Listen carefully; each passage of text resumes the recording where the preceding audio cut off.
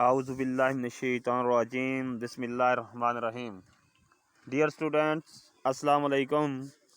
आज का जो हमारा टॉपिक है केमिस्ट्री जमात 11th चैप्टर नंबर 4 है। इस चैप्टर नंबर 4 के हम शार्ट क्वेश्चन स्टार्ट करते हैं। तो सबसे पहले हम शार्ट क्वेश्चन देखते हैं लिक्विड्स में से। लिक्विड्स क्या होते हैं? लिक्विड हमारे पास मैटर की वो टाइप्स होती हैं जिनका जो वॉल्यूम है वो सेम रहता है, जबकि शेप सेम नहीं रहती। शेप जो है वो चेंज होती रहती है।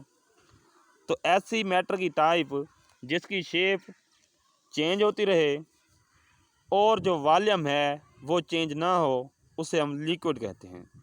तो लिक्विड से रिलेटेड कुछ क्वेश्चन हैं, इनको हम देखते हैं, इनकी ज़रा स्टडी करते हैं। तो आइए देखते हैं पहला हमारा शॉर्ट क्वेश्चन क्या है। तो क्वेश्चन नंबर 1 है हमारे पास, what are intermolecular forces. What are intermolecular forces. Intermolecular forces क्या हैं? तो देखते हैं।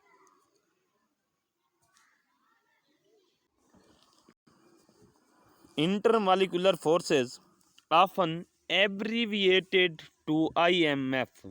इंटरमॉलिक्यूलर फोर्सेस को IMF का नाम भी दिया जाता है। ये इनका एब्रीविएशन है। I से इंटरमॉलिक्यूलर, I से इंटर और M से मॉलिक्यूलर, F से फोर्सेस। आर द अट्रैक्टिव और रिपल्सिव फोर्सेस। ये हमारे पास जो इंटरमॉलिक्यूलर फोर्सेस हैं, ये अट्रैक्टिव फोर्स भी हो सकती है और रिपल्सिव फोर्स भी हो सकती है। यानी ये हमारे पास कशिश या दफ़ा की फोर्स हो सकती है। किस टाइप की फोर्स होती है इसको देखते हैं। That arise between the molecule of a substance. ये किसी सब्सटेंस के जो मॉलिक्यूल हैं उनके दरमियान पैदा होती है। किसी सब्सटेंस के मॉलिक्यूल के दरमियान अट्रैक्टिव और रिपल्सिव फोर्स जो होती है उसको हम इंटरमॉलिक्यूलर फोर्सेस बोलते हैं। These forces mediate the interaction between individual molecule of a substance. तो ये जो फोर्स होती है ये किसी सब्सटेंस के अकेले मॉलिक्यूल की इंटरएक्शन को क्या करती है, उसके मतलब हमें बताती है। उसके बाद है हमारे पास intermolecular forces are responsible for most of the physical and chemical properties of matter. Matter की जो केमिकल प्रॉपर्टीज होती हैं या उसकी फिजिकल प्रॉपर्टीज होती हैं, अक्सर उनमें से क्या होती हैं, रिस्पॉन्सिबल होती हैं इन फोर्सेस की। यानी ये जो फोर्सेस होती हैं इनकी वजह से किसी मैटर की केमिकल या फिजिकल प्रॉपर्टीज जो होती हैं वो चेंज होती हैं। तो ये उसकी रिस्पॉन्सिबल हैं। यानी इंटरमॉलिक्यूलर फोर्सेस जो हैं वो मैटर की केमिकल और फिजिकल प्रॉपर्टीज़ की क्या हैं, रिस्पॉन्सिबल हैं। अब हम इनकी शेप देखते हैं, इनकी ज़रा स्ट्रक्चर को समझते हैं कि ये किस तरह की फोर्स है। हाँ जी, ये हमारे पास एक शेप है। इसके अंदर हमारे पास हाइड्रोजन और क्लोरीन, ये हमारे पास दो एटम हैं और ये अलग अलग हैं। यहाँ पर देखें, एक और हाइड्रोजन और एक और क्लोरीन, इधर भी हाइड्रोजन और क्या है, क्लोरीन। तो ये हमारे पास क्या है, अलग अलग क्या है, इसके एटम हैं। अब हो गया क्या, अब जैसे ही ये हाइड्रोजन और क्लोरीन आपस में मिलेंगी, यहाँ पर अगर देखें तो हमने एक नीडल के ज़रिए धागा लगाकर इनको हमने एक दूसरे के साथ कंबाइन कर दिया है। तो ये हमारे पास एक HCl मॉलिक्यूल बन गया है। तो ये हमारे पास कुछ फोर्सेस हैं जिन्होंने हाइड्रोजन और क्लोरीन को आपस में जोड़ा हुआ है। यानी जब HCl बनता है तो हमारे पास हाइड्रोजन क्लोरीन के साथ एक फोर्स के साथ जुड़ी होती है। इसी तरीके से ये हमारे पास एक और हाइड्रोजन और क्लोरीन जुड़ी हुई है। इसी तरीके से हमारे पास ये एक और हाइड्रोजन और क्लोरीन जुड़ी हुई है। तो इनको जोड़ने के लिए हमारे पास जिस फोर्स की ज़रूरत होती है जो इनको कंबाइन करती है, जिसको हमने धागा और सुई की मदद से ज़ाहिर किया है।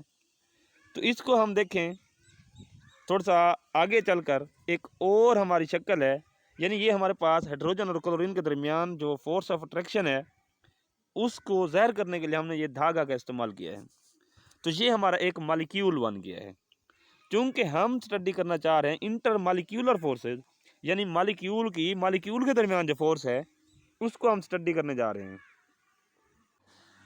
अच्छा जी, अब यहाँ पर देखें, अब ये हमारे पास जो एक मालिक्यूल था, यहाँ से कुछ मटेरियल की मदद से हमने इन्हें आपस में जोड़ दिया है। यानी हमारे पास जो मालिक्यूल हैं वो एक दूसरे के साथ क्या होते हैं, एक दूसरे के साथ कनेक्टेड होते हैं, लेकिन ये एक आर्जी फोर्स के ज़रिए यहाँ पर ये क्या होते हैं, कनेक्टेड होते हैं। तो हमें इनको अलहदा करने के लिए फोर्स की ज़रूरत होगी। यानी हम अगर इस पूरी की पूरी स्ट्रक्चर को दाएं और बाएं दोनों साइड से हम बाहर की तरफ खींचें, यानी पुल करें, तो पुल करने से क्या होगा, ये दरमियान के जो जोड़ हैं, दरमियान से यहाँ पर ये जो मालिक्यूल आपस में मिले हुए हैं तो ये टूट जाएंगे। तो ये जो जोड़ की फोर्सेस हैं जिन्होंने इन मालिक्यूल को आपस में जोड़ा हुआ है, इनको हम बोलते हैं जी इंटर मालिक्यूलर फोर्सेज। यानी यूँ समझें, वो वाली फोर्सेज जिन्होंने मालिक्यूल को आपस में जोड़ा हुआ है, इन फोर्सेज को हम बोलते हैं जी इंटर मालिक्यूलर फोर्सेज। अब अगर हम गौर करें तो जैसे ही हम वो फोर्स लगाएंगे तो फोर्स लगाने के बाद हमारे पास कुछ इस तरह से मालिक्यूल अलहदा हो जाएंगे। ठीक है, तो मालिक्यूल को अलहदा करने के लिए हमें एनर्जी देनी पड़ेगी, और इतनी एनर्जी देनी पड़ेगी कि वो उस फोर्स के बराबर हो या उससे ज़्यादा हो। जब उस फोर्स से ज़्यादा हमारी एनर्जी हो जाएगी तो तब क्या होगा, इंटरमालिक्यूलर फोर्सेज जो हैं वो कम हो जाएंगी जो हम एनर्जी देंगे उससे, और ये मालिक्यूल यहाँ से टूट जाएंगे। तो इस तरह की फोर्सेज जिन्होंने मालिक्यूल को आपस में जोड़े रखा होता है, इन फोर्सेज को हम बोलते हैं जी इंटरमालिक्यूलर फोर्सेज। अब है हमारा क्वेश्चन नंबर 2। क्वेश्चन नंबर 2 कहता है जी, what are dipole forces. Dipole forces क्या हैं, इनको हम ज़रा देखते हैं। कहते हैं name the properties which are affected by these forces. तो उन प्रॉपर्टीज के नाम भी बताएं जिनकी वजह से ये फोर्सेज चेंज होती हैं। Or what is the dipole force, या डाइपोल फोर्स क्या है। तो ये हमारे पास एक क्वेश्चन है जो डिफरेंट अंदाज से बयान किया गया है। तो इसकी हम ज़रा डेफिनेशन देखते हैं। तो ये हमारे पास यहाँ से हमारे पास एक डेफिनेशन है, मैं इसको हाईलाइट कर देता हूँ। तो ये हमारे पास इसका आंसर है डेफिनेशन का, the forces of attraction which produce due to the difference in electronegativity. तो अब हमारे पास जो डाइपोल फोर्सेस बनती हैं वो इलेक्ट्रोनेगेटिविटी डिफरेंस की वजह से बनती हैं। यानी हमारे पास क्या है, हमारे पास एक मालिक्यूल है और उस मालिक्यूल का नाम हमने रखा है जी HCl। HCl के अंदर हमारे पास क्लोरीन के ऊपर पार्शियल नेगेटिव चार्ज है, जबकि हाइड्रोजन के ऊपर पार्शियल पॉजिटिव चार्ज है। तो ये हमारे पास एक पार्शियल नेगेटिव चार्ज रखता है, दूसरा पार्शियल पॉजिटिव चार्ज रखता है। तो इनको इलेक्ट्रोनेगेटिविटी की जो डिफरेंस है, डिफरेंस की वजह से हमारे मालिक्यूल के ऊपर एक पोल बनता है।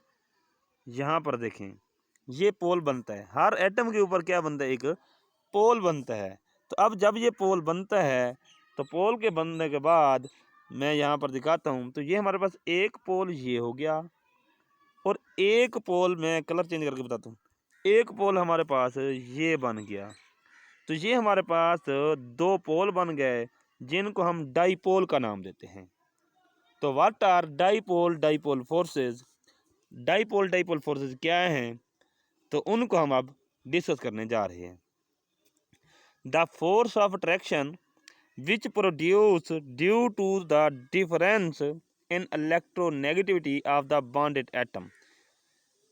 अब ये हमारे पास फोर्स ऑफ अट्रैक्शन होती है जो कि बॉन्डेड एटम के दरमियान इलेक्ट्रोनेगेटिविटी की डिफरेंस की वजह से पैदा होती है, यानी हाइड्रोजन और क्लोरीन की जो इलेक्ट्रोनेगेटिविटी है, इनका जो है इनमें डिफरेंस पाया जाता है।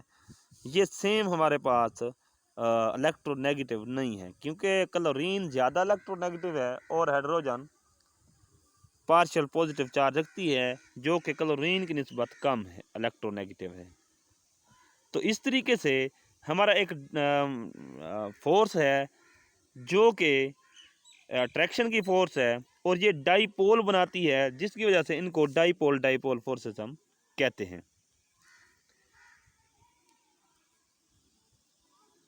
Greater the strength of these dipole forces, greater the values of thermodynamic properties. अब थर्मोडायनामिक प्रॉपर्टीज कौन कौन सी प्रॉपर्टीज हैं? उनमें सबसे पहले हमारा है जी melting point, boiling point, heat of vaporisation. Melting point वो नुक्ता होता है जिस पर कोई सॉलिड शय पिघल कर माया में तब्दील होती है। तो वो उस टेम्परेचर को, उस टेम्परेचर के पॉइंट को, उस टेम्परेचर की रीडिंग को हम मेल्टिंग पॉइंट बोलते हैं। इसी तरह बॉइलिंग पॉइंट, बॉइलिंग पॉइंट वो नुक्ता है जिसके ऊपर कोई माया गैस में तब्दील हो जाता है, यानी ये भी एक टेम्परेचर है। Heat of vaporisation, heat of vaporisation वो हीट है जो वेपर बनाने के लिए इस्तेमाल होती है। And heat of sublimation, sublimation का मतलब ये होता है कि कोई भी चीज़ सॉलिड, कोई भी सॉलिड शय वो सॉलिड से लिक्विड में चेंज होने के बजाय डायरेक्ट गैस में चेंज हो जाए, तो इस तरह के अमल को हम सब्लिमेशन बोलते हैं। तो हीट ऑफ सब्लिमेशन से मुराद किसी सॉलिड को गैस में सब्लिमेट करने के लिए जो हीट रिक्वायर होती है। तो ये हमारे पास क्या है?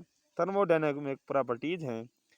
तो जो हमारे पास इंटरमॉलिक्यूलर फोर्सेस हैं वो थर्मोडायनामिक प्रॉपर्टीज़ पर डिपेंड करती हैं, यानी अगर डाईपोल डाईपोल फोर्स ज़्यादा होगी तो जो हमारे पास थर्मल प्रॉपर्टीज़ हैं इनकी वैल्यू भी ज़्यादा होगी, यानी उनका मेल्टिंग पॉइंट ज़्यादा होगा, बॉइलिंग पॉइंट ज़्यादा होगा, और इसी तरह heat of vaporisation and sublimation ज़्यादा होगी।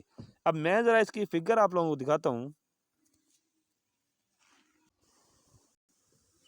इस शक्ल में देखें, इस शक्ल के अंदर अगर आप गौर करें तो यहाँ पर हमारे पास ये एक हमारे पास मॉलिक्यूल है, और ये भी हमारे पास एक मॉलिक्यूल है, और मॉलिक्यूल ये सेम मतलब उसके हैं, यानी अगर ये हमारे पास HCl है, यानी ये अगर HCl है तो ये भी हमारे पास क्या है? HCl है, यानी सेम कैटेगरी के क्या है हमारे पास? मॉलिक्यूल हैं। अब इसके अंदर हमारे पास जो Cl बता रहा है ये इलेक्ट्रोनेगेटिव है, और इसी तरह हमारे पास ये हमारे पास जो हाइड्रोजन है ये इलेक्ट्रोपॉजिटिव है। तो इनके दरमियान इलेक्ट्रोनेगेटिविटी डिफरेंस की वजह से ये हमारे पास एक क्या हो गया? अट्रैक्शन पैदा हो गई है यहाँ पर। तो इसको हम बोलते हैं जी इन डाईपोल डाईपोल फोर्सेस। ठीक है, तो ये हमारे पास एक पोल ये है, दूसरा पोल ये है, तो इस पोल के दरमियान क्या है? अट्रैक्शन है। तो क्योंकि ये हमारे पास दो पोल बने हैं, एक ये वाला और एक ये वाला, तो अब इधर से एक इस पोल और एक इस पोल में क्या है? अट्रैक्शन है, इसलिए इसको बोलते हैं जी डाईपोल डाईपोल फोर्सेस। तो डाईपोल डाईपोल फोर्सेस की ये हमारे पास क्या? अट्रैक्शन की फोर्स है, और इसी तरीके से हमारे पास रिपल्शन की भी फोर्स है। अब यहाँ पर देखें, ये हमारे पास अट्रैक्शन के लिए है और ये क्या है? रिपल्शन के लिए है। क्यों? क्योंकि यहाँ पर भी पार्शियल पॉजिटिव चार्ज है और यहाँ पर भी पार्शियल पॉजिटिव चार्ज है, तो पॉजिटिव चार्ज को रिपेल करेगा। तो ये हमारे पास हैं तो दोनों पोल ही डाईपोल, लेकिन सेम कैटेगरी के हैं, इसलिए ये रिपेल हो रहे हैं, और ये डिफरेंट कैटेगरी के जो हैं ये हमारे पास अट्रैक्ट हो रहे हैं। इसी तरीके से अगर हम इसके अंदर देखें तो ये वाला पोल इस पोल को रिपेल करेगा, ये वाला पोल इस पोल को अट्रैक्ट करेगा। तो इस तरीके से ये हमारे पास जो डाईपोल डाईपोल फोर्सेस होती हैं ये अट्रैक्टिव भी हो सकती हैं और रिपल्सिव भी हो सकती हैं।